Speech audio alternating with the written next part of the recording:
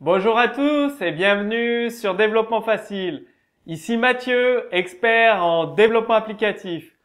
On continue la suite de cette série de cours vidéo dédiés à la balise Canva. Donc vous allez découvrir l'API Canva avec JavaScript pour dessiner sur une page web et au final créer des animations, des jeux vidéo, des applications beaucoup plus évoluées avec le langage JavaScript.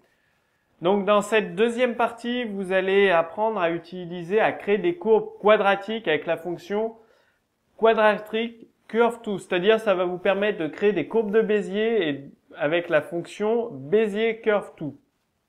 Donc les courbes quadratiques d'un côté et les courbes de Bézier de l'autre. Donc vous avez deux méthodes que vous pouvez utiliser. Quadratique avec le point de contrôle X, le point de contrôle Y, la destination X, la destination Y. Et votre courbe de Bézier avec avec tous les paramètres. En fait, à travers un exemple de code source, je vous montrerai exactement les paramètres. Ce sera beaucoup plus simple pour vous à les comprendre. Vous pouvez également, bien évidemment, modifier la couleur des formes que vous dessinez. Par défaut, elles sont en noir, mais vous pouvez utiliser des attributs JavaScript pour définir une autre couleur. Vous avez File Style. C'est la couleur de remplissage via les fonctions file et filerect. Vous avez stroke style, ça permet de définir la couleur des contours via les fonctions stroke et stroke rect.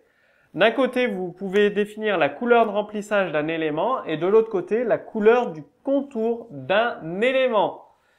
Vous avez également la possibilité d'écrire du texte avec JavaScript. Donc, ça ressemble beaucoup à l'ActionScript, comme je vous le disais dans le cours précédent, ActionScript Flash. Donc, vous avez plusieurs attributs. Font, vous définissez la taille et la police de caractères utilisée, par exemple en 16 pixels Arial. Text align, ça va vous permettre de choisir l'alignement du texte sur la largeur. Donc, vous avez plusieurs valeurs, start, end, left, right, center pour aligner votre texte.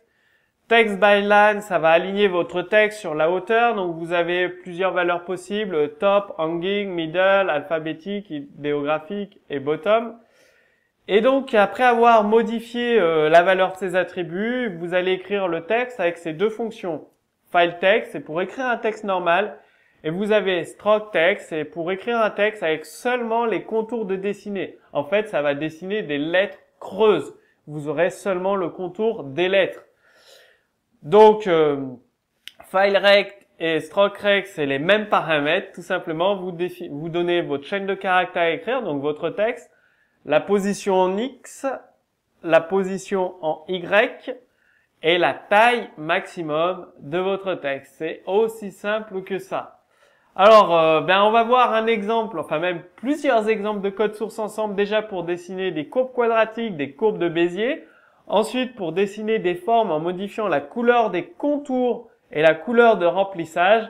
Et vous allez apprendre à écrire du texte dans une image. C'est-à-dire, au final, avec l'API Canva dessin, ça crée une image, tout simplement. Et donc là, vous allez écrire votre texte, soit avec les lettres creuses, ou les lettres pleines, tout simplement. Donc c'est parti pour l'exemple de code source.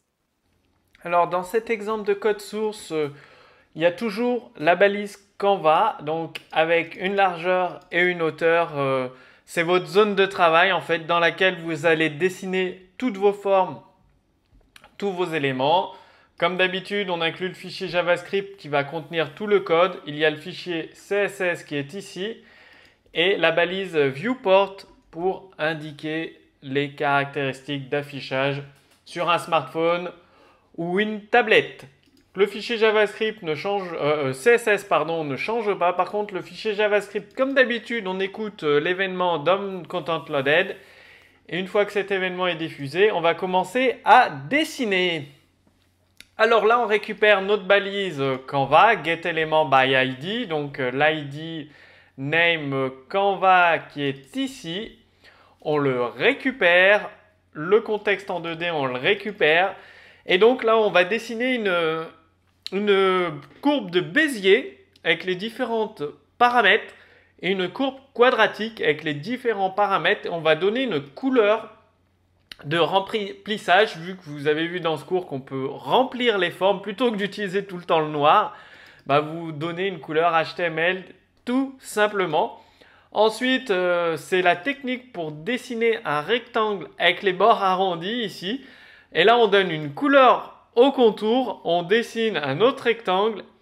Et là, on choisit la taille de la police que l'on va utiliser.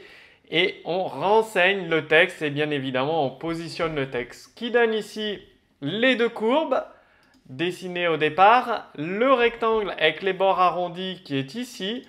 Là, le rectangle avec la couleur du contour qui est ici et le texte en police 33. Bah, si je mets par exemple une police un peu plus petite, 29 en changeant le texte, tout simplement ici, ça va donner cela.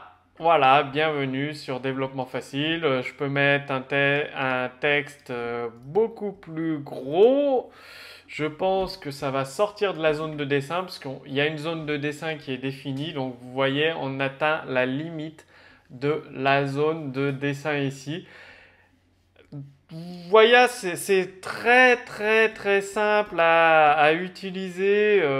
Vraiment. L'API JavaScript, l'API Canva, et une fois que vous connaissez toutes ces fonctions, que vous savez jouer avec, mettre des couleurs sur les contours, des couleurs de remplissage, vous allez beaucoup vous amuser.